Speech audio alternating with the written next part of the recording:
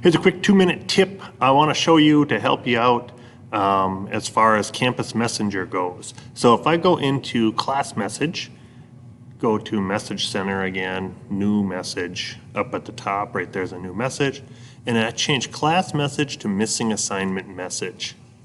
It's going to say Load Template, and I'm going to hit OK. In that template, now this is kind of a cool little feature.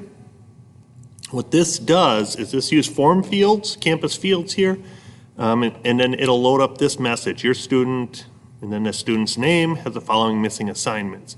Missing messenger assignment list. So it'll list out all the assignments that are missing for your class. Please sign into your parent portal to take care of that. I always, of course, at the end would say, thank you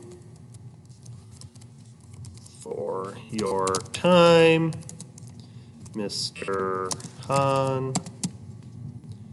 And then I always put the class afterward because parents get tons of these and they don't know what class these are coming from or from what or for what kid. So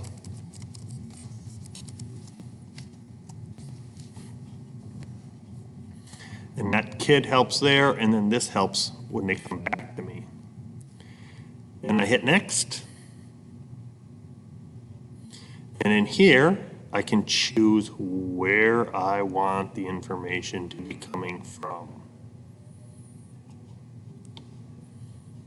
So I can choose which assignments I want to put in there, which assignments I don't want to put in there. I can select all formative, select all summative, whatever I want to do there. And I hit next.